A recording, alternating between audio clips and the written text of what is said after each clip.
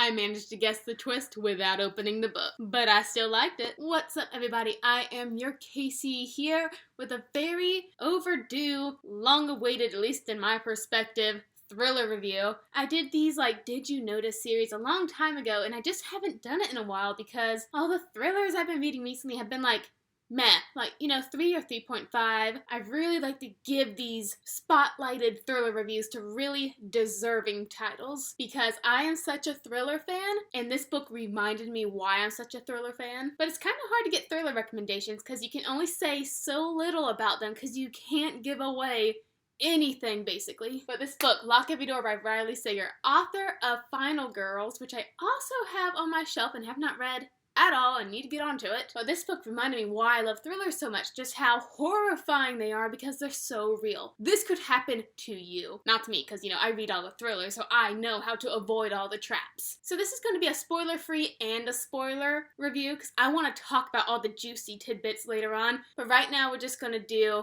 regular, spoiler-free. Just see if, hey, you want to read this book? I'll tell you what's good and bad about it. But if you've already read the book and you want to stick around a little bit, just talk about some things, this is for you. First off, let's talk about this cover. I have never seen a book so magenta before. And this is a pain for my rainbow shelf. It's not red, but I don't have a pink shelf. So it's gonna be a doozy trying to find a place for this. But yeah, this is a cover by, let's be honest, Pink. I can't resist. It's blurbed, however, by Ruth Ware. Ruth Ware is a author with me. I haven't really liked any of her thrillers. DNF'd one, I believed. Yeah, The Lying Game. Wasn't that impressed with Turn of the Key because it was too ghosty instead of real terror, real human terror. Oh, we can fight this villain basically because it's flesh and blood and real, while Turn of the Key was just about the atmosphere and the creepy house and the mysterious occurrences. But Lock Every Door. It's about apartment sitting. I've apartment sat, house sat, dog sat. It's fun, and it's really easy money, too. Y'all probably done all 3 of those. But our main girl, Jules, she's just having a rough patch in life right now. Her job let her go. She's either too underqualified or too overqualified to get a new job, and her boyfriend cheated on her, the filth. So she is bunking with her very good, respectable friend. I can't remember her name, but she's a good lassie. I like her. She's got a head on her shoulders. She's like me, okay? When you guys read this, just envision my face saying, don't do that. And she's in the middle of a mental breakdown. No job, no perspectives, no future basically. Only one friend. No money. She has $100 to her name. That ain't gonna get you far in New York, I'll tell you that right now. But miracles upon miracles. She gets a little ad in the paper or on Craigslist or wherever you look for job opportunities. House sitter wanted. The Bartholomew, the most prestigious, luxurious, most secretive apartment in New York City. Only the richest of the rich can get there, and there's a 5-year waiting period even for those rich people. You live there, you hot stuff. And the kicker is that they're asking for apartment sitters to stay in this one suite for 3 months for a grand whopping $12,000.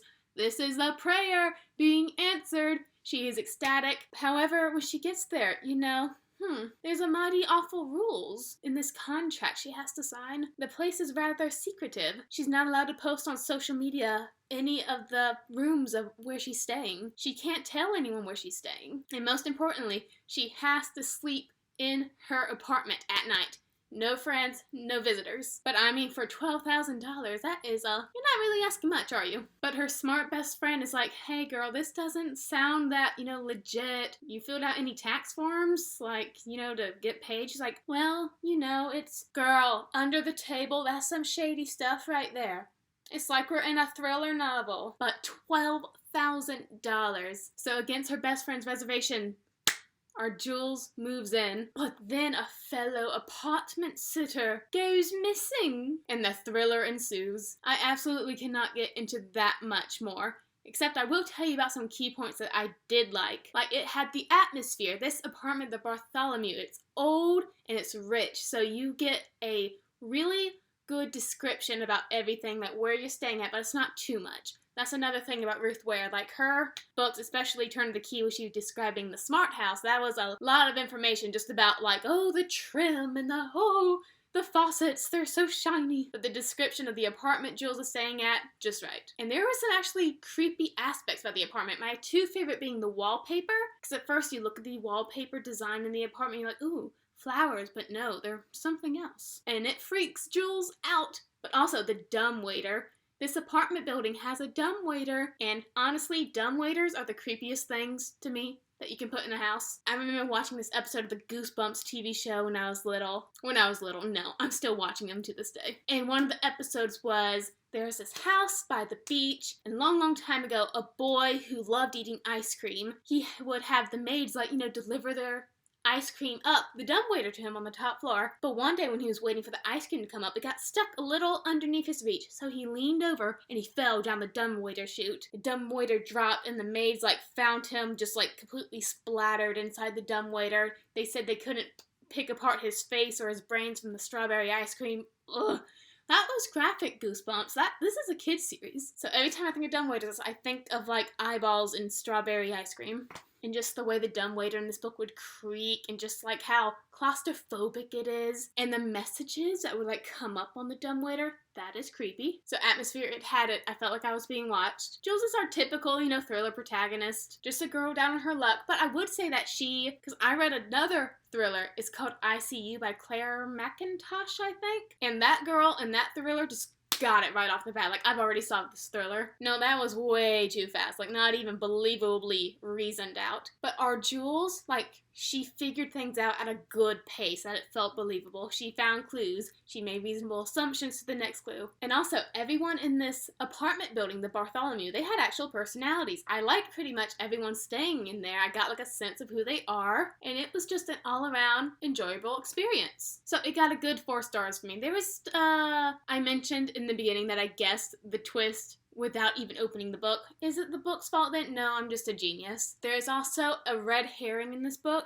which did its job really well. It misdirected me. Great. Thank you. I mean, I am a genius, but I like to be shaken up a little bit, but still feel like I'm right. However, I do think the villain was pretty obvious, especially when you go into their apartment. But I would love to talk about it more in the spoiler section. So definitely, if you want to see a creepy tale about, just living in some ancient, stuffy apartment where the wallpaper seems to stare at you and the dumbwaiter creaks in the dead of night, and you're just one of the million specks of humanity floating through the New York skyscrapers, at once feeling so alone but so crowded in, have at it. It's pretty good. Simple writing style, very fast to read. I read it in 2 days. But for now, we're going into the spoiler section, so click off if you want to remain unspoiled. Okay, so let's get right into the meat of it. I guessed the twist. There was actually 3 twists in this book, but I guessed the big one. But one of them did actually catch me off guard, so that was good. It made up for it, So, okay, I read, when I first got this, the back of the book. At first, the extravagance of the Bartholomew feels like a lucky break for recently heartbroken and penniless Jules, who has been haunted by misfortune for most of her life. But when a fellow apartment sitter in the building goes missing, Jules begins to suspect that there are dark forces at work behind the Bartholomew's glamorous facade. Okay, so we got an apartment with missing people in the middle of a very prosperous, populated city. So I sat back and I got out my villain cap and I put it on. And I'm like, if I were evil and without morals, and if I was in possession of a building that had a very high turnover rate of tenants, what would I be doing to cause that turnover rate? And I thought to myself, before I even opened this book, I would either be Sweeney Todding this place, or I'd be organ harvesting. Guessed it! So yeah, there was nothing that can convince me that this book wasn't about organ harvesting, because that was the only thing that made sense in my mind. And especially that when we get into it, and we get into the interview stage, Jules is being interviewed by the landlady, obviously. And the lady's like, okay, what's your medical history? Do you have any relatives? Are you dating? Those questions you would ask someone before you murder them. And you know what just gave even more credit to my theory? Nick, a doctor living in the apartment. Someone who has experience taking organs out of people. So the second we had Dr. Nick introduced, I'm like, yep, evil.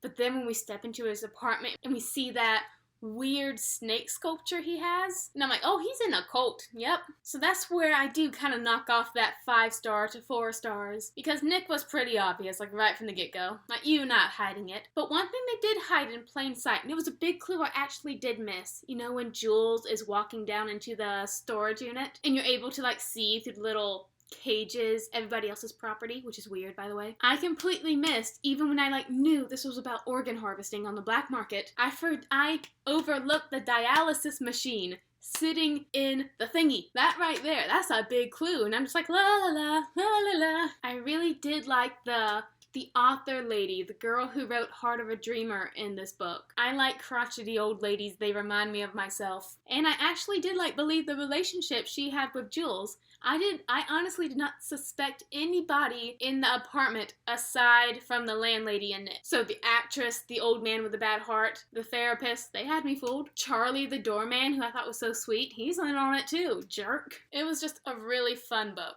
And one of the things I really loved was Jules' backstory. The whole thing about her parents, the fire, her obsession with fire, how she has to light a match and heat her skin up with it just to feel something, some connection with her parents, to her sister who disappeared so many years ago. I'm actually still curious now what happened to the sister. Will there be a sequel? Is there ever a thriller sequel? Or are they all standalones? So yeah, we had an engaging protagonist that figured things out at a good, believable rate. I loved, oh my gosh, what's her name? Ingrid. She was just so bubbly. And Dylan. I actually almost started crying, because you know what happens to Dylan. We're in spoilers. I'm just like, oh, bum bum, bum bum. And then you guys remember that scene where the author lady finally signs Jules's book, and she writes, "Such a pleasure, your youthfulness gives me life." Like organ harvesting. I knew it. You are just verifying what I know, ma'am. But one of my favorite parts was the red herring. The cult, how we had that snake statue, which leads Jules to look up its meaning, which leads her to look up Satanism, which makes her believe that, oh my gosh, cult rituals. And it was at that point I was like, it didn't really excite me. So thank goodness it was a red herring. I don't know why, but thrillers and cults just don't mash well in my opinion. They don't really excite me. Cults don't excite me. Casey 2020. Especially when she was looking over the library documents, and we had been introduced to the shady history of the Bartholomew before in one of the first chapters when Jules's friend had emailed that packet of hey, this is why you should leave stuff to her, and it referred to the golden chalice, the witch lady, cult leader lady who was staying there. A bunch of kind of info dumping stuff that I knew was hey, suspicious, but it was also you mentioned it one time, so when we are back in the library and we're digging this stuff up, I was like, oh yeah, that stuff happened. So I wasn't excited about it because it wasn't talked about enough to make me remember oh yeah, this cult lady was here. But the one thing I did take from that info dumping in the first half of the book was that a doctor, a surgeon, had thrown himself over the building years and years ago. And I'm a doctor? The doctor we have now? Is this inherited cult activity? But then, poof, the cult was a red herring and it was just regular organ harvesting stuff. And I was like, oh, good. Because I just don't like it when cults appear in thrillers. There's no reasoning, I'm just not thrilled. But then we get out of that library, and then our girl Jules dreams about holding a human heart, organ harvesting. And can we just give a round of applause to George the Gargoyle? He was my favorite character, and I'm pretty sure he was yours too. Don't try to hide it. But our girl, she's kind of figured it out. They're gonna sacrifice one of them on the blue moon. It's gonna be her or Dylan, the only surviving apartment sitters left. So she tries to call Dylan. No answer. Voicemail. No messages. Okay, clue 1. If you are in a situation where people disappear and they don't pick up their phone because they're missing, and you just uncovered a satanic ritual plot line, and your friend, who is also in the know of what's going on, is not answering his phone. Oh, he's dead, honey. Just run. Don't try to be a hero. We all know he's dead. There's no hope. Save yourself. Get out. But does our heroine realize the brutality of running to go save Dylan because he's already dead? Nope. She makes a stupid mistake, actually. She runs back into the building, up the stairs in a stupid horror movie. She's running from Nick's apartment to her apartment to that other sitter's apartment, and who ends up getting almost tasered? Jules. She ran into her own apartment when Ingrid, who had been living in a homeless shelter or on the streets, had told her Nick had the ability to just appear in apartments without opening doors. So she runs into an apartment. Who's on the other side? Nick! I'm like, no. But yeah, because our girl was stupid, she gets run over by a car, which goes into my favorite twist. Because when we first get into this book, Jules is being taken to the hospital. She got hit by a car. She's in a neck brace. She's getting the morphine. She's hooked up to an IV. She's getting questioned by the doctors. But the twist, she's not actually in a hospital. The psychos in the Bartholomew took her back into the building, into their little lab, and guess who's now missing a kidney? Not me, but I guessed it! I don't know why I'm feeling so vindicated having guessed the organ plot twist, but I'm rarely right or feel smart or good about myself, so let me just bask in this moment of, I guessed it. But guys, so many thrillers drop the ball in the climax, the third act, the wrapping up. But this one, I think just in general, walking out of a burning building, like the spy guys in action movies who have an explosion at their back and they're not even looking behind them. Just ending a book like that is awesome in my opinion. And our girl, she releases her inner arsonist and just lights the whole hospital on fire, and I loved it. And I love the fake out with the pills. Like, Nick, he's like, you have to eat your pills so I can take out your liver and your heart and give it to the rich who are more deserving than you. Nick makes this whole argument in the book where he's like, isn't it awful how the mighty rich folk impact the outside of the world so much but have just the worst inside organs, while the scum of humanity, the dregs like you, Jules, you have the best of the insides. It's unfair. And I'm like, so if her outsides are bad but her insides are good, and his insides are bad but his outsides are good, aren't they equal? You're the doctor, man. You're supposed to know this. You're supposed to be smart. But the pill fake out, like we think that she succumbed, she gave up. Just like, drug me out, man. I don't care. I give up. Pills. Oh. But no. She stored them in her pillowcase. She managed to get out of her bed. She stole the nurse's lighter, and she's just lighting everything on fire.